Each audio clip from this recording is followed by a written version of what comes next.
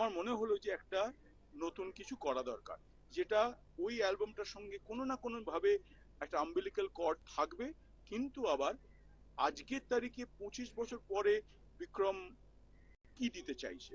তিলোত্তমার ফিউশন মিউজিকের ইতিহাসে যুক্ত হলো এক নতুন অধ্যায়।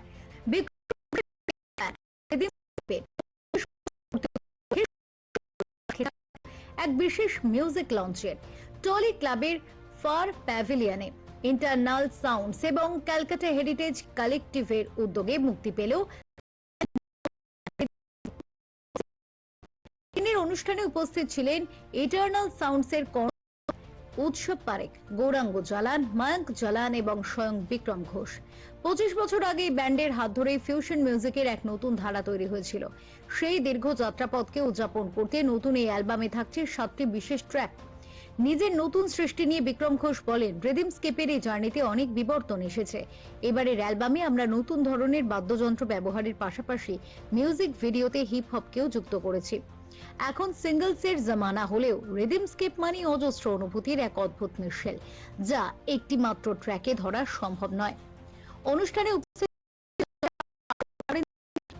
জন্মের কাছেও রিদমস্কেপ 2.0 জনপ্রিয়তার শিখর ছোঁবে। সাবেকিয়ানা আর আধুনিকতার এই মেলবন্ধন রিদমস্কেপকে বিশ্বের দরবারে আরো বেশি ছড়িয়ে দেবে বলে মনে করছেন সঙ্গীত প্রেমীরা। 25 বছর আগে রিদমস্কেপ লঞ্চ হয়েছিল,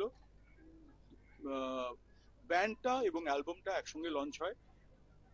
আমার ক্যারিয়ার অ্যাজ এ এই অ্যালবাম এবং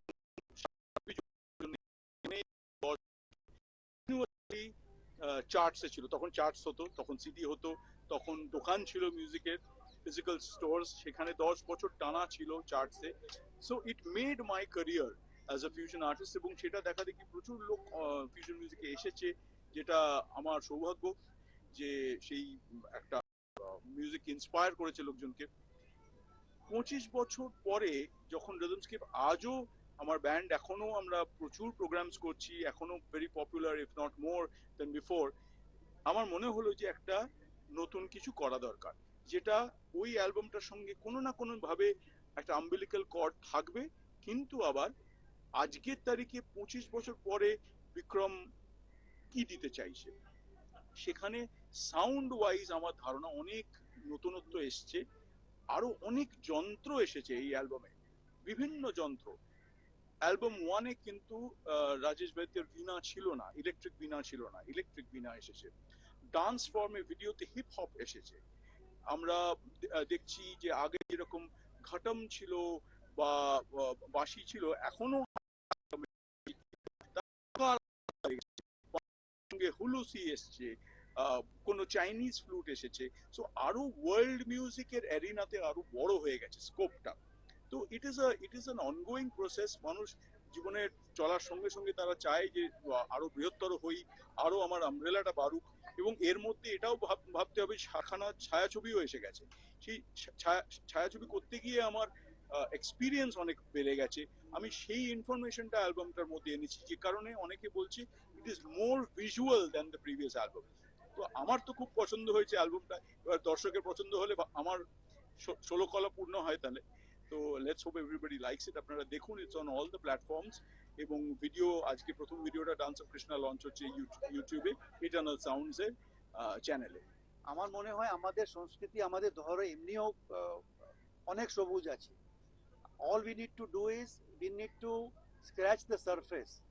কেন কি আমাদের, আপনি যদি দেখেন, যতই ওয়েস্টার্ন মিউজিক চলে এসছে, মানে ওয়েদার আমাদের সময়, আজকের সময় আমাদের ধরোহরটা কোনোদিন হারায়নি। আজকে বরঞ্চ because of media we are able to get much more visibility। আপনি দেখুন কনসার্টস বেশি হচ্ছে।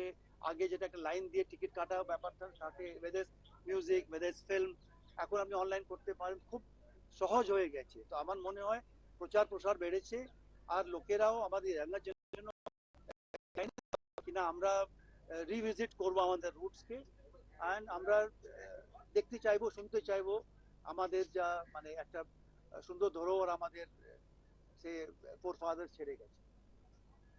এটা আমার।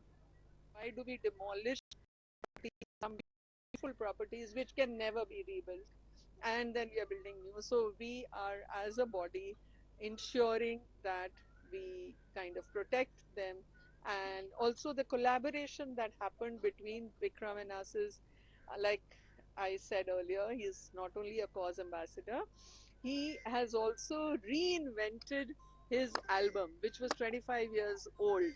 So it's now Rhythmscape 2.0. And similarly, the way we reinvent properties, he has reinvented his music. So we thought it was a perfect way of collaboration. So there it is. Bureau Report, Channel 10.